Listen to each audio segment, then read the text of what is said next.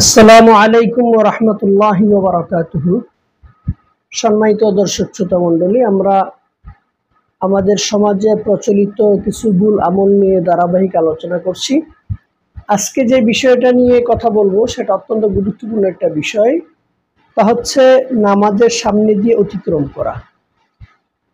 আমাদের মসজিদগুলোতে দেখা যায় অনেক ভাইয়েরা নামাজের সামনে দিয়ে অতিক্রম করে ফেলেন। এই বিষয়ে হাদিসের মধ্যে খুব কঠিন সতর্কতা এসছে। সহিহ বুখারী 510 এবং সহিহ মুসলিমের 507 নম্বর হাদিসের মধ্যে এসছে যে যদি কেউ এমন জানতো যে নামাজের সামনে দিয়ে অতিক্রম করা কত বড় গুনাহ, তাহলে 100 বছর দাঁড়িয়ে থাকা তার জন্য ভালো হতো, তবুও সে সেখান থেকে অতিক্রম করতো না। ঠিক বুখারী এবং মুসলিমের আরেকটা হাদিসের মধ্যে আল্লাহ রাসূল সাল্লাল্লাহু আলাইহি ওয়াসাল্লাম বলেছেন, যে ব্যক্তি নামাজের সামনে দিয়ে যায় সে যেন শয়তানকে সঙ্গে নিয়ে যায়। অর্থাৎ সে গেছে নামাজ পড়তে, কিন্তু সে নামাজের সামনে দিয়ে চলে যাওয়ার কারণে তাকে শয়তানের সঙ্গী হিসেবে তাকে সাব্যস্ত করা হয়েছে।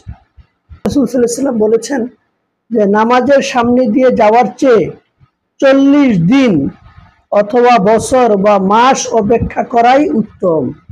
অর্থাৎ এই বিষয়টা কত বেশি গুরুত্ব এটা আমরা সকলে জানি। এই জন্য ইসলামে নামাজের একান্ত যদি পিছনে নামাজ পড়তেই হয়, তার সামনে লোকজন যাওয়ার সম্ভাবনা থাকে, তাও ইসলামের সূত্রা সিস্টেম করে দিয়েছেন। এখন অনেক মসজিদেও দেখা যায় সুন্দর সুন্দর বিভিন্ন ধরনের সূত্রা তারা তৈরি করে রেখেছে, সেগুলো ব্যবহার করা যেতে পারে। ও আমি যাতে অন্যের গুনাহের কারণ না হই, সেটা আমি মুসল্লি হিসাবেও সেই বিষয়টা লক্ষ্য রাখা জরুরি। কিন্তু আমাদের সমাজের ভুল যে বিষয়টা সেটা হচ্ছে গুনাহ তো আমরা অনেকেই জানি, কিন্তু নিজেদের পক্ষ থেকে কিছু ভুল আমল আমরা করে ফেলি।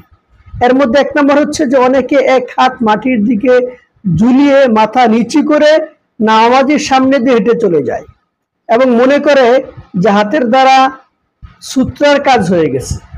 অর্থাৎ সে হাতটা নিচের দিকে ঝুলাইয়া দিয়ে আস্তে করে চলে যায়, আমি তো নিচে সূত্র দিয়ে দিছি, এইভাবে সে চলে যায়।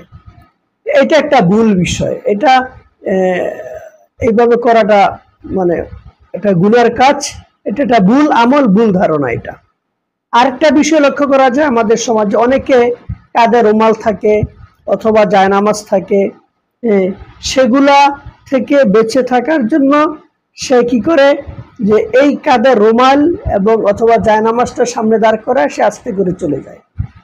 অনেকের দেখা যায় যে অন্য কোনো জিনিস রুমাল বা জায়নামাজ ছাড়াও কোনো কিছু যদি তার কাছে থাকে, এটা সে আস্তে করে রেখে সে চলে যায়।